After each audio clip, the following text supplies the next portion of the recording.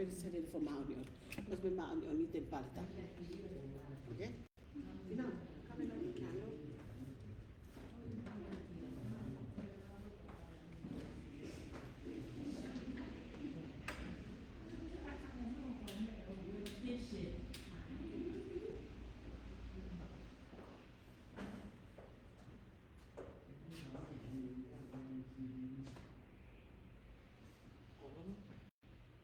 Just do that too. Easy.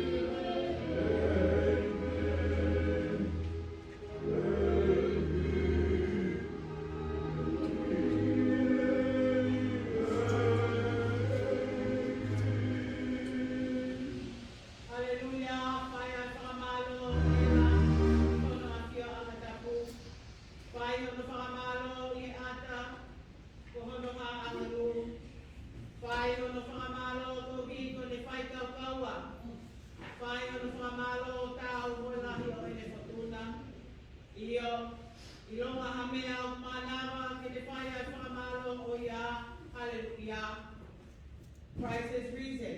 He is risen indeed. Amen. Falahi kamata ke download mo pamita ke download tua. Tolu ya fitu mo fulma fitu wantini. Tolu fitu. Quarter to 180, hallelujah. Quarter to morning, hallelujah. Tima kamtangatay, hallelujah. Pamakaba fuape, hallelujah.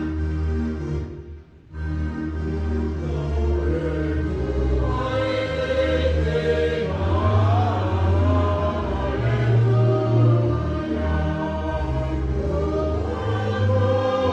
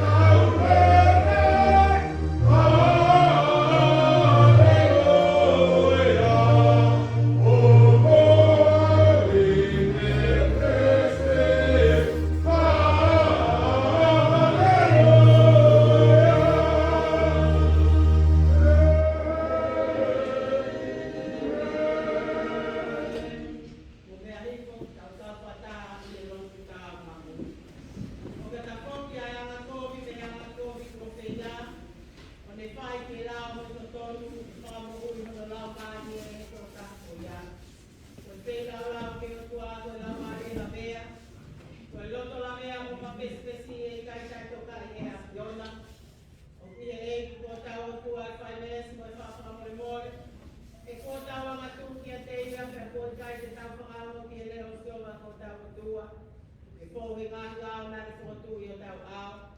Ka tūmua an ke tamai ka pe ke te ia.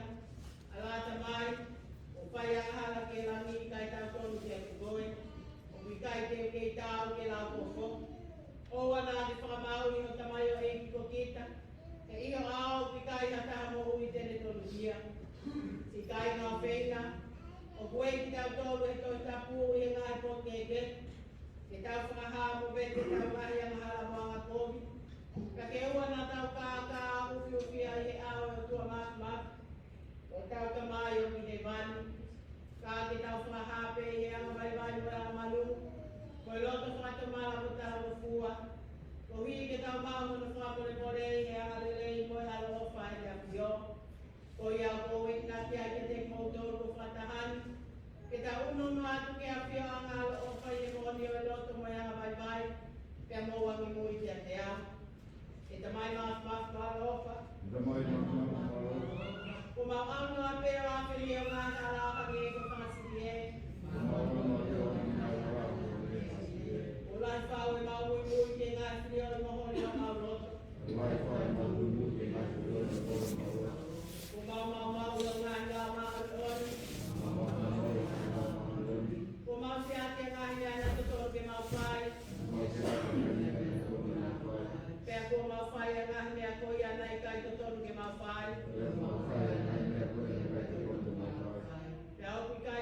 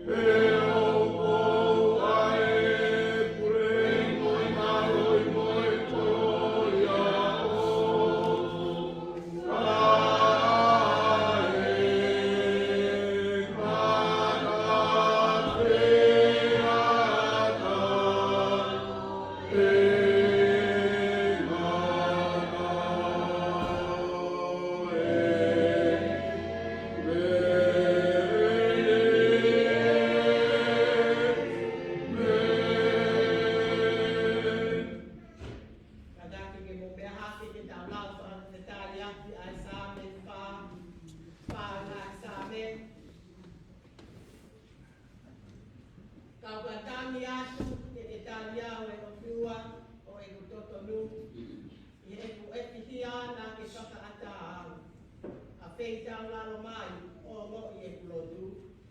Mama ta ko futu ma ai ni langlangi ko fama ko futu mo ko fa e mo ko kungu ki pa. Sa mo ilo ko mahe i mo ona e Sihova e ne o feina, o ko ngo i e Sihova, o kau katani ki a te ia. Mo te o ai fa ala ala ko mo ana o ai Atu ana feina o la whakatonu dia, pe atu mo mo whalala ki a Sihova.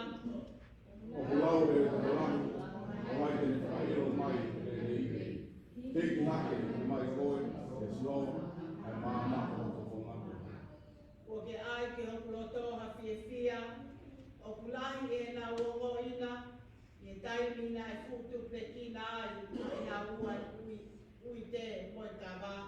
Ko rere kau katoa tongi ko ko rere e ko koe e o ko ke funga o ta no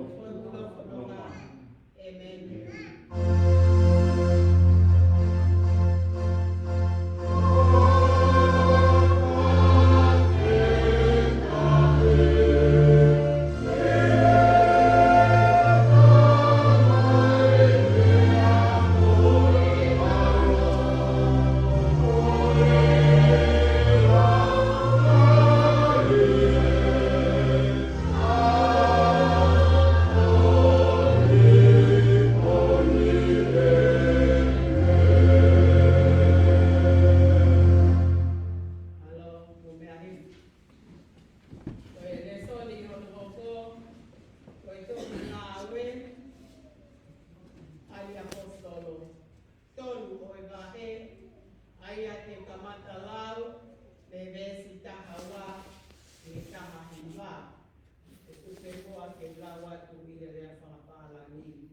The next scripture for today comes from Acts chapter 3, verse 12 to 19.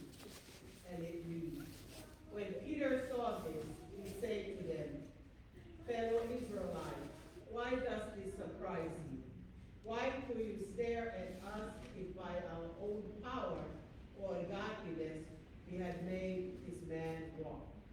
The God of Abraham, Isaac, and Jacob, the God of our fathers, has glorified his servant Jesus. You handed him over to be killed, and you disowned him before Pilate.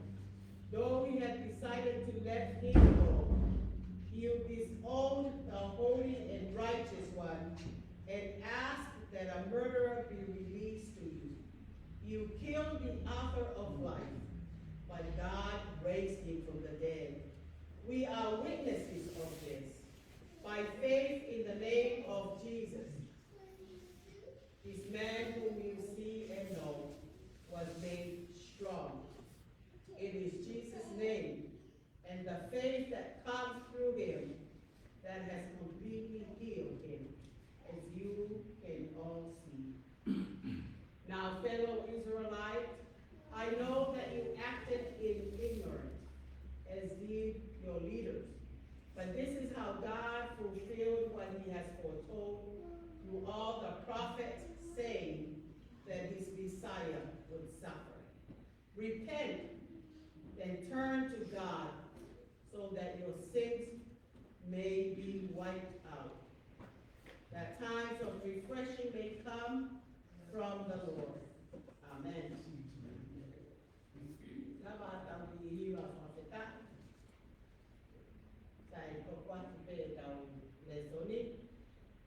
Lesoni hoko to oya me sei apostolo cosione, ulazione, vahe tolu, vesi uluaki ki hefitu.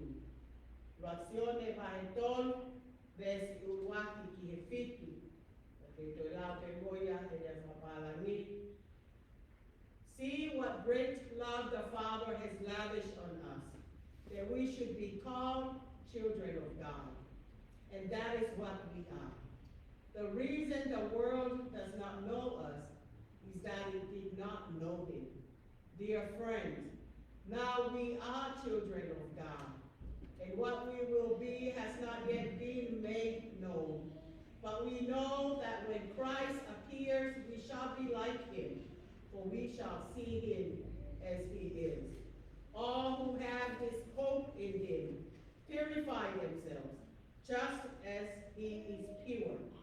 Everyone who sins breaks the law. In fact, sin is lawlessness. But you know that Jesus appeared so that he might take away our sins. And in him is no sin. No one who lives in Jesus keeps on sinning. No one who continues to sin has either seen him or known him. Dear children, do not let anyone lead you astray. The one who does what is right is righteous, just as he is righteous. Por eso el Faustito Tosperi na hiki eluke, wafa o ebesi, e blau behenetono fumano, e fano fumavano. Luke, vahe wafa, besto wono, e favano. The Gospel of Luke, chapter 24, I'll be reading in Tongan, verse 36 to 48, and it talks about Jesus' resurrection. There's a head on the feet. Pelorotoma e nau tala noa pehe, mo ene tuu eia i o nau lotolotonga, o ne pehe ke te nauto. Si oto o whaatu. Pea nau hirika mo mana mahetu. Ko e nau mahalo, ko hawha ahi kehe o tau sio ki amu. Pea ne pehe ke te nauto. Ko e ha o mo kukutuku anu. Pea ko e ha o kuake ai, ai ngā whiwhiri pehe i homo loto. Wakai mai ki o kongo ni mani mo hoku wae, ko au mo onia. Whawhau o ilo, he mikai ka kano mo hui a whaahi ke. O hange ko ia mo sio ai, ia te au. Pea i ene lea pehe, nā ne whakaari kia te nau tolu ko nongo ni ma, moi wae. Pea i nau kei tui ngata a, ko hiko nau whiwhia mo ko. Nā ne toi pehe kia te nau tolu. O ki ai ha mo mea kai heni, pea nau ange ki ai ha ko ngai ka tunu. Pea ne to'o ia o kai i ho nau au. Pea ne pehe kia te nau tolu. Ko kungahi lea e nā kuwhai kia te nau tolu, e noko mo nau tolu o pehe. Ua pāu ke hoko ai ngahi mea kotoa pe ko tohi kia te au, i he lao a mo se se. Mo i tohi palofita, mo i tohi sāme. Pea ne toki tatala ho nau roto, ke nau ilo ho no upinga o i tohi tapu, o ne wholofola kia te nau tolu. Nai pehepe ho no tohi, e whia ani sa ia, pea ke ne toi tuu me pe kia i no au tolu. Pea e malanga aki ho no hingoa, ai whakatomala, mo i whakamole mole a mahau, ke kakai kotoa pe. O kamata me Jerusalem. Ko ki mo tolu, ko kau whakamooni, i ngahi me ani. O whakewhaitāu pe kina e o tua, ai le soni ko lau ngahi tau tolu. Amen. E tau hoko atu lewa, i sākala me niki o whakaiso, e o kore atu, e hiwa mai a hini whāngeau ni mamufu mātolu, e kore atu, e mātua, e omi ai whānau, e whakitai. So now I invite the parents to bring your children for the sacrament of baptism. And you'll sing one of our well-known Tongan hymn, and invite the parents and the children to come, and also families and sponsors, you're more than welcome to come and stand behind the parents and to show your witness and your support of these beautiful children that we will bring before the Lord and to be baptized. Au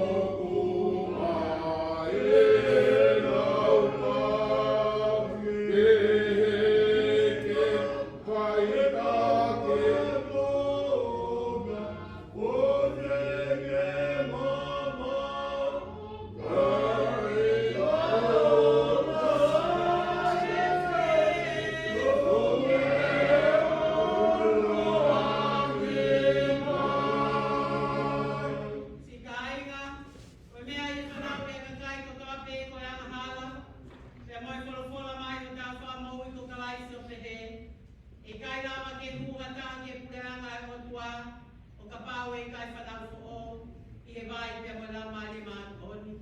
Ko ia ko e knaki a te tau huki o tua ka tamai, ia sisu ngais ko tau eiki ki le ofa o ange ki e tamai kini, ai mea o mikai ke tupu mo ki nau tolu, ke paptaisu ki nau tolu ake ai lau mali mātoni, o i kai he vai pe, te ke whakahu ki nau tolu ke se astapo kalaisi, o whanau ke mea o tala he kōsu rebi nai tohi e maake, na nā omi ki a kalai se a tamai ki kohi ke ne ala ke te nau tolu, se a kamata lolone e kau ako ai kakai nai omi a nau tolu, ai he mamata te ai a sisu na ne tukta maki o ne pehe ke te nau tolu, tupe a kau tamai ki ke nau hau ki a te au, o ai ta ofi ki nau tolu, e o maha e whaahinga ko ia ai puri anga o tua, wawe o ko talatu, o ia i kai te tali ai puri anga o tua o hange ko a tamasi, i kai au pito hui a te ai, se a te hapai ai kau tamai ki o ne ai o no ki maa te te nau tolu, o ne futapu e kina. E o tua tai ngata, ai a Fiona na ke ofa whahau fia noa mono family e lo maki, e nā ke tataki o kakai ko hahi sledi e loto tai kurokula, o ke whakatata ati ki hong baptise, e nā ke whakatapu i vai ki sa kalameni ko iai baptise o alo, pele ko sisu i vai tafe ko si o tani, o maukore e alo whatai ngata e a Fiona, ke a whio mai ke tamai kini o fufuru ki nau tōru o whakatapu ati ati a lau maare maat oni, o hi ke nau hao me o hong hao, pe a hong ke a ake koe seasi o kalais, e nau ki ai ke nau tumahu ai pe e tui, mo e fia ai pe e amanak, mo aka mama, i e ofa, o nau asi pehe atu i ngahi pea o e ni mama whakamamahi, pe a whai pe nau o kosi ai whanua ai mo uita e ngā, o pule ai mai a Fiona i hau lau kuonga i a sisu klaisi ko mau eiki, e meni, na take mo mea hake, e a mo tai e meni mai i ngāi kupu forfolani.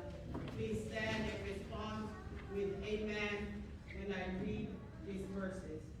Eiki aromofa tuku mai ke tanu ai ata mamotua, i tamai kini kai fotu ai tangata fo'o. Amen. Tuku mai ke mate ai a ngahi hori kovi ai kakano kai mo ui mo tuku ai ngahi me ana maarie. Amen. Tuku mai ke nā mawhai ke ikuna ai kakano mo te voro mo mamani.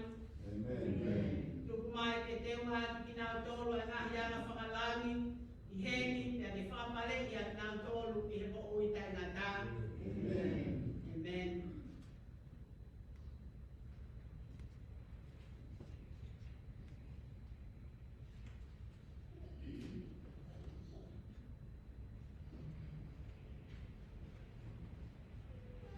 David Galalima Louis. I baptize you in the name of the Father and of the Son and of the Holy Spirit. May you grow up to be a young disciple and witness of Jesus Christ, and together with the church and your parents and family, that we here to take care of you and teach you with the word of God and discipline you as God's beloved child. Amen? Amen.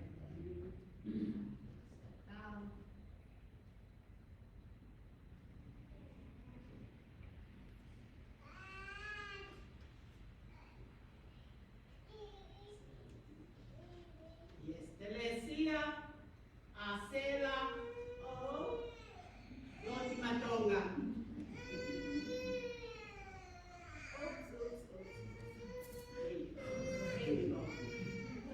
Okay, Telesia. Telesia Acela Loti Matonga. I baptize you in the name of the Father, and of the Son, and of the Holy Spirit. And together with your parents, your grandparents, your family, and the church, we're here to care for you and love you and pray for you and discipline you with the word of God, so you can grow up as a beloved child of God. Okay. That was my amen.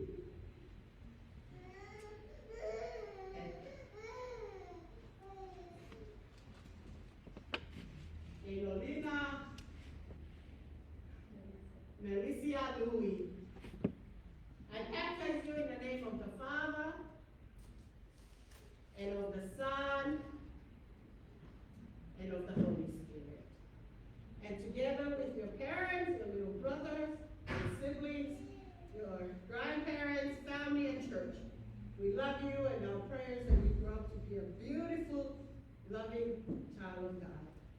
And we witness that we will take care of you and teach you the word of God. Amen? Amen. Amen. Your thousand miles.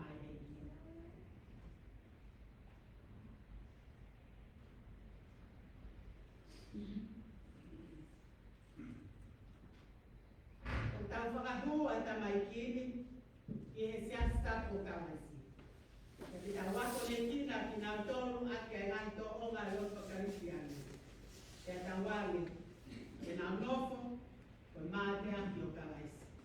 Wako yengata ana ko ina mo. And all God's people say, Amen. Let us pray. Oh Mother God, we are so grateful for each and every child that stands before you with their parents, with the love and support of their family and church.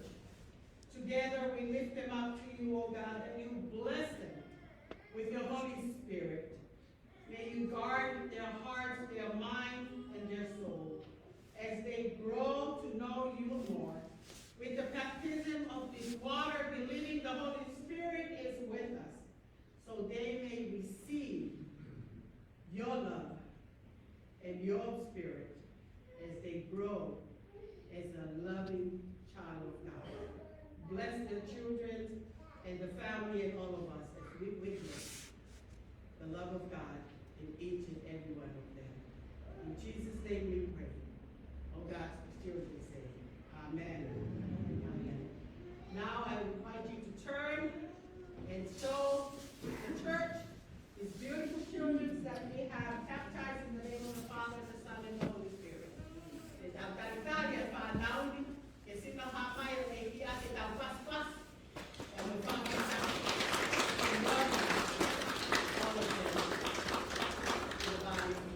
Amen. Thank you. Hello.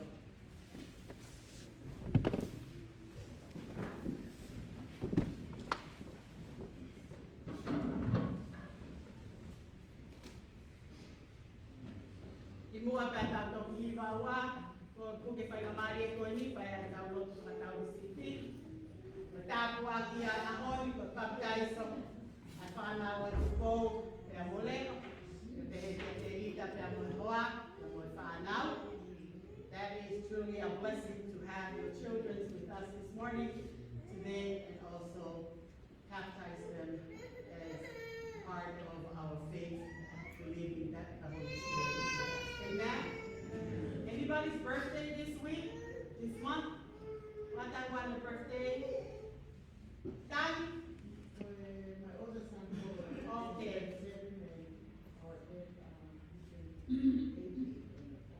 Okay. Happy birthday, Kapolo, yung pagiging, yung tatay, yung thanks be to God. Malaya? Kung sa pamilya na ito, kung birthday, happy birthday, Loma! Malo, Papita. And I wanted to welcome all those who are joining us today. Leslie, good to see you. Good to see you safely. We have a family, Papita, Malo. Who else is joining us to have Fulahola and her family with us also? Papita, Malo. Cuando está Puaki, Colerotu, está Fataha, está Fataha Sipi Ahon. If you have Fataha, if you have Pal, if you have Net, if you have Mafify Mali, if you have Fataha. So now, Yo no te la tu movina. we have Fataha pero tu asinatu, okay, ang mahina. Lord, in your love and mercy, we are prayers. My Lord. My Lord. David?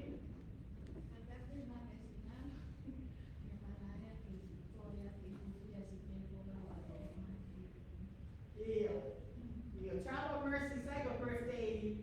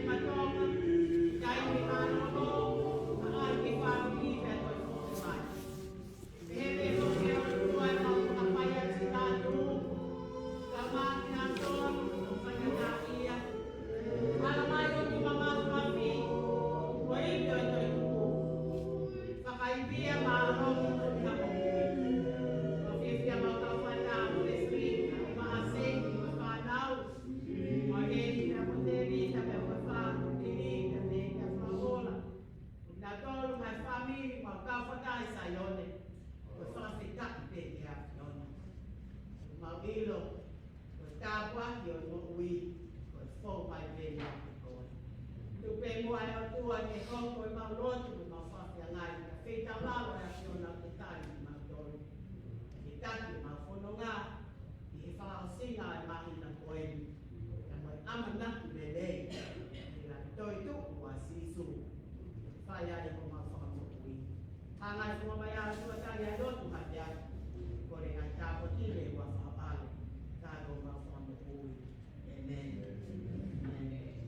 Tataki mo mea hake te tauhiwa, ke hili o noa.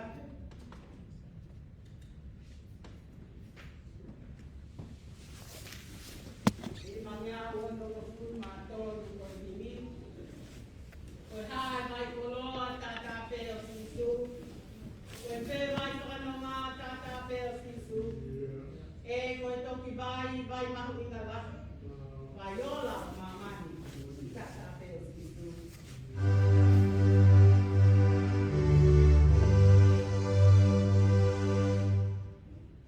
Oh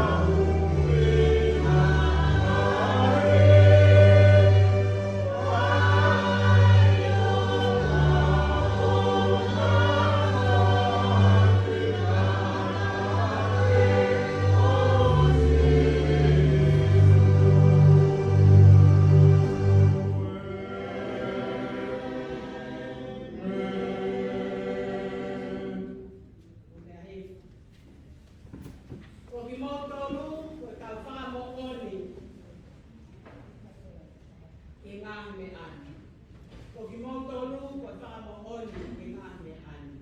Ka me ngā e tau hoko ko tau whaka mo oni o sisu toitu. Ka ke awhi o tua mātawhi ko awhi o tau loto ngā. Ka ke whai ko whakatapui ke whai ai e tau loto. Ko tau whakitaki o tau o tua. Ka ke whanau me whamo puna ho e. Ka ke tau atoa ka maha me tā pūre. Ka puki he tangata eki se tuata. Ka maano tokoni mo na whamiri. Ka ke tangata i se tuata manolo. Ka mawineti mo na whare. Ka ki he sketari o siasi. Ka pe he ki he ka tangata eki o lotu. Ka puheni ki Palestini o te kai whewhine. Ka umasi ngā whahewhita ko toa pe. Ka ki he tale kita po ngawe a whakalistiane. Ka la bau kia mo whine mui. Ka usi ai tau whanau. Ka tapa ke he heni. A Seini. Vai o maa Leslie. Ka mo tau ahi ko toa pe. Ko mo mea mai ki tau tau whata. Whaka mo oni o baptais. Ai au tau nganga. O maa ai ki tā mai o eiki. Whakahu ki siasta o eiki. Ka pehe ki he whakamana. O e toi tuku o tau eiki. E tolu sa pate o toi tuku. Talangata ia te au o whai ki tua mamau. Ai tu peke whai ha malanga i he ahine soni ko lau ma ki tau tolu he aho koeni. Ko e tolu sa pate eni o e toi tuku. Te au tau ke i ngona pe e tau whakamo oni ko toi tuku a eiki. Ko toi tuku mo oni. I he tospeni ko ia aluke. O tala noa i he toke tāni, ai haha holo a sisu o ta tau pepe a mo ngahi kosperi.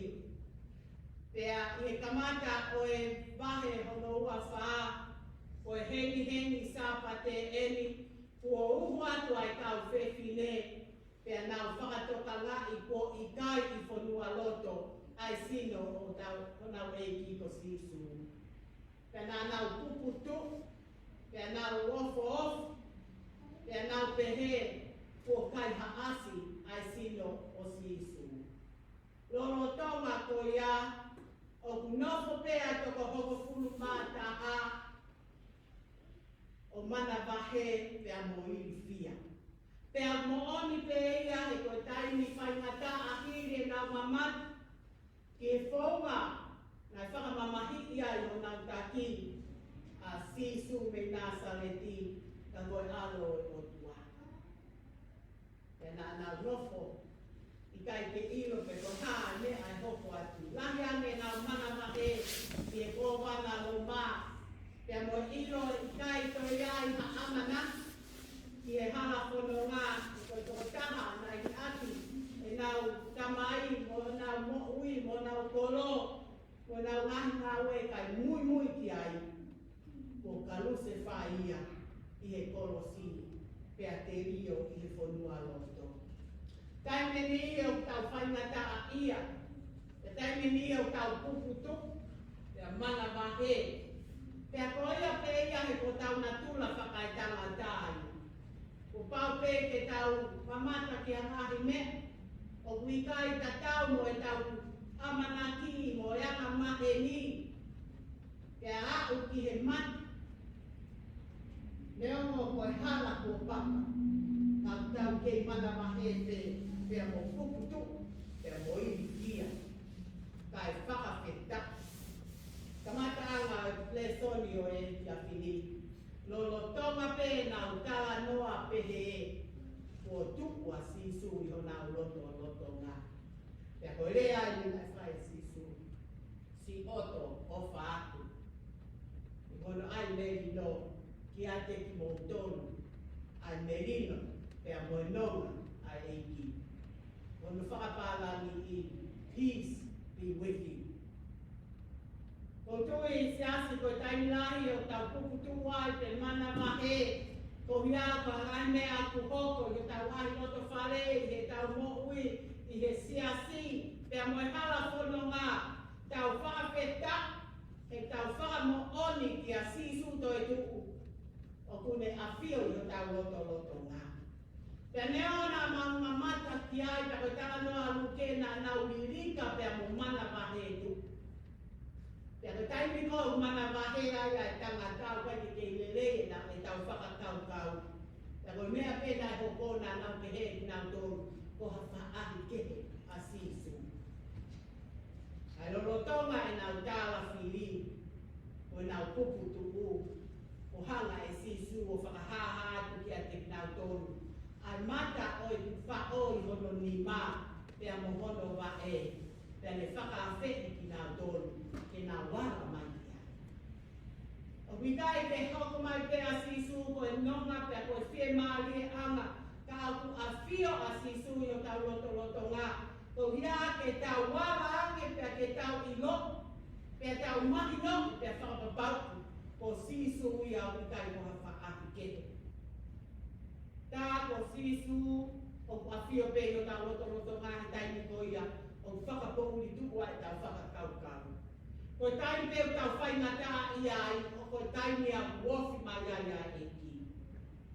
Ia wange ko i sā me nima ngā maa no monu e ka koha monu e tau mahu ha e ki ofa. O kune tai e tau lotu e tau e tau mea kotoa.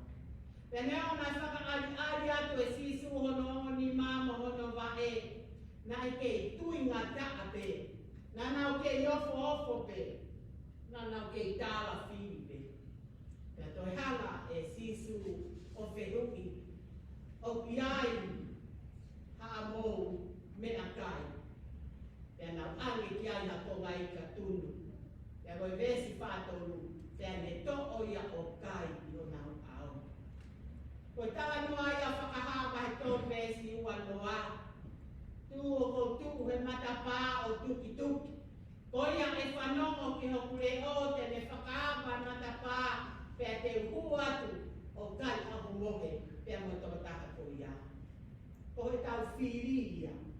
He taime o tau whaingata ai te tau hanga ki a sisu pe te tau hanga ki o tau paungāwhanonga. O ku tuki mai a sisu he taimi kotoa pe. Kai tau te whito ki he taimi o ku tau he po uri ai o e anga hala mo whaingata ia. He taime ni hihi o ki kai ke tau toi mahi no ia e tui ki a sisu toi tuku. Me ongo pe ko tau lau ai wholofola pe tau lot pe tau mahi no. Ka te tau kei tui tau ngā taa pe. E ko ia o ku lahi whau ai palo pale ngā. Kai tā ko sisu o ku ne ofi mai. Pea ku ne whakawheti ki tau tōru. Ke tau kai o hohe pea moia. Pea me pehea e sisu ke te nau tōru. I kai nai kai ke maumana. Ko ngā mea kotoa koini e hoko. Nai o si tala pea pea kikite he lawa mo se se. E ngai toi palofi tā pea mo i tōru sāmi. Ko tau kalware maia, ko taimeni, ko tau mokui ngālo. Ngālo i e tau a kōria nai o si kikite pea tōtou tala e sisu. Te pekia hiri a tōru te toito. Ko taimi o ngālo ai e tau whakakau pe kai ke tau toi manatu. Ki he ngāhi mea kōria te tau ilo, ko sisu, ko alo o tuako nisaya. Nai pehepe a pita. Pehu e sisu, ko hai au i he lau a kumotori tali a pita. Ko nisaya ko alo o tuako. E hale wa tōko ia nei kaluse whai ai a sisu whai whakamāwi. Ko pita pe eni nā me tanga o whakapisingai tu o tōru a sisu. Pea mōni pe ai kau a ko ia i he taimi koe ni. E nau tātāpu ni matapā mo e nau mana pahe. He whai he konga koia ki mua o e sori i o kai e kōspega mātiu. Lolo tonga naru e tau whewhine pia nau iro po i kai a sisu e whanua loto. Nā nau pūmai e tau taura eiki. Pia mo e tau whale si mo e tau skalai pe. O nau woki kolo. O nau tala ki ai. Oini po i kai i whanua loto ai sino sisu. Pea nau hama ai o totongi e kau sotia o mā. Ke nau ongo atu. Nai hau po uri ai tau ako. O kai ka asia sino sisu. Pea whiarau pe ai i whia mo mana wahe ai tau ako ia. O nau noso pe o i kai ke nau Omi, o au ke whenua loto ke nā mamata, he kua tālaki ia i Jerusalema kotoa. Na e ome a kau a kō kai ha asia sino sisu. Ka kohaia e kei maku ai whakakau kau, e kei maku hono loto, pia manatu ki he rea nai whai e sisu.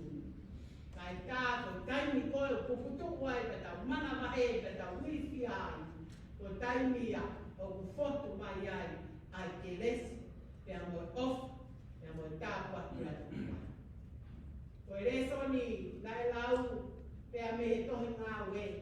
Koe tala noa ia ke whanonga atu a pita pea mosione, ke tempare pea he matapa masansani o pea ia tangata o peke. Pea kone kore pea le sio mai ke a pita mosione pea kone kore, a se niki pea koe tali na whai he o a koko e siriwa pea moe koura o kai ke ma. Ka koe huafa pe kia moe toi tuku mo sisu, koe te na whaka mo ui. Tēnā e tuua ia tangata pia ne hu ke tempare, pia ofo e whukaka i he tempare. Pēnā e anga whewhe, ai tangata nā heke, nā e lauta, ka ko iwi au toi tuku. Ia ko whamatala e nai whai sisu ke ne kau ako. I he ahoni, ko mo whamo oni ko toi tuku. Ko mo mamata ki he mata o e kako i o whakabaka pia mo mamata ki a te au, ko e sino, ko e takano, o pikai wa te bolo. Ia ko e whekau nai whai e sisu ki a pinau tolu. Te mo hoko ko tau whakamo oni ki e ngāhi me ana. Tāko tau ia ai tatai o pinau tui ki a sisu toi tuku, ke tau hoko ko tau whakamo oni o e toi tuku. We are called to be a witness of Jesus who resurrected from the dead. Not only we proclaim he has risen indeed, but to witness that Christ has lived in us. We have seen the risen Christ among us. We have experienced the risen Christ in our heart. We are called to be a witness, to share the good news that Christ has risen. He has risen indeed. By living and sharing that Christ risen with our neighbors and throughout the world. O tauia, ai kakai ko na waksia, ai toi tuku a sisu. O kukai te nau toi mana wahe, ke au pikai te nau toi irifia. Hangi a kei ko sāme, ke oa te tau toi loto ho haki. Ka tau omi, haki ki a sisu, o makuai ai nonga. Hala ai mea a mamani lepa pe ia kofo. Kau mawhasia, o haki ki a au. Ai e tio ke o ako kotoa i hao. E tau hoko mua ko tau whakamohoni o sisu toi tuku. Aki ai tau whakatomala, o hanene koe waki koe kos ko ipseria sione. O ki nau tolu ko o ui pe oki ki famili o eki koe kakai ko whakatomala mohoni o ta whoki o tui kia sisu. O tuku ai ane a pi ka tau hoko o whanonga pe mo sisu toi tuku. Mo e whakatua me rie ki mo ui tangata. Mua tau kau whata, pea mo whamiri tarai lima, whamiri nui, ka ma whamiri no timatonga. E whamo oni ko e whanau, ko e tofia me he eiki. Ko e tāpua ki te ngai noto whare, pea mo e siasi. Pea ke tau whamo oni o tauhi, pea ko ne tina aki, ai kospeli te mo e wholofola. Ke ko toi tuku a sisu, pea ko mo. Pero o tua o tau rotu ki ai o tua o kopui. Koe o tua o pikai te i whanua loto e kuongi ese a whanua loto. Koe o tua o kune a whio i tau loto nga. O whee oki mai te te tau tolu. O whee kau te mo tau tolu. Io e kuone i kuna a whanua loto. E ko tau whakatua me rie a ngai. E tau whakato mara, e tau kawhoki o tui. E tau whakaha i a sisu toi tu. E to onga e tau moku i.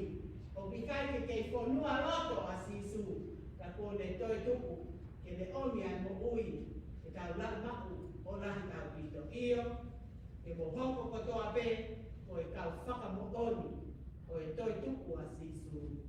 Ati e tau lea, e tau ngaue, e tau toonga mo ui, ko tau ofa ke o tua, mo ofa ki tau ngā whanonga.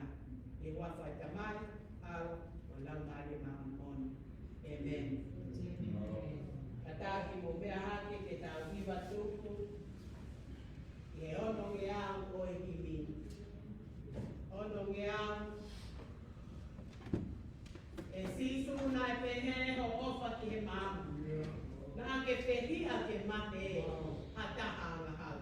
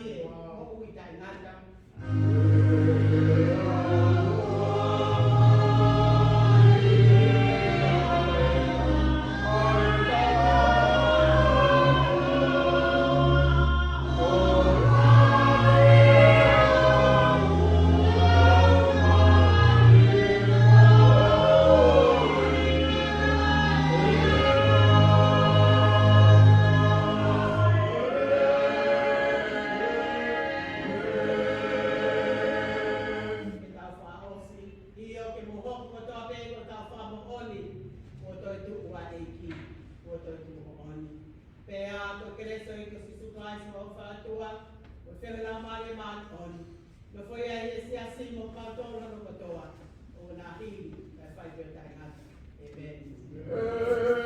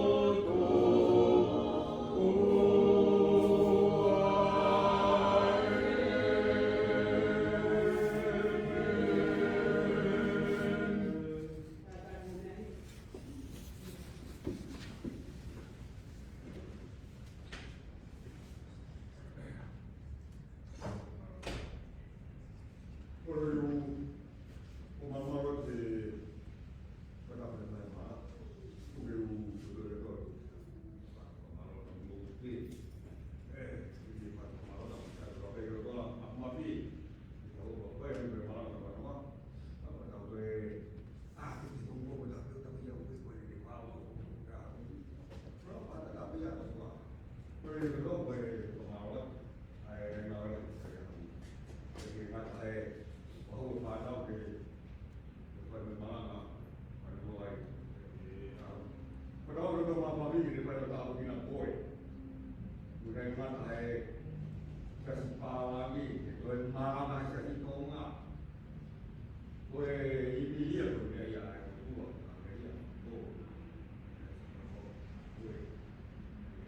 Pobre Julio, pobre Villa de Mar. Hay malo por ahí. Puede mamá. No ve. ¿Qué me pasa?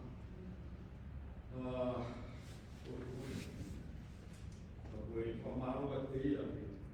Familia no.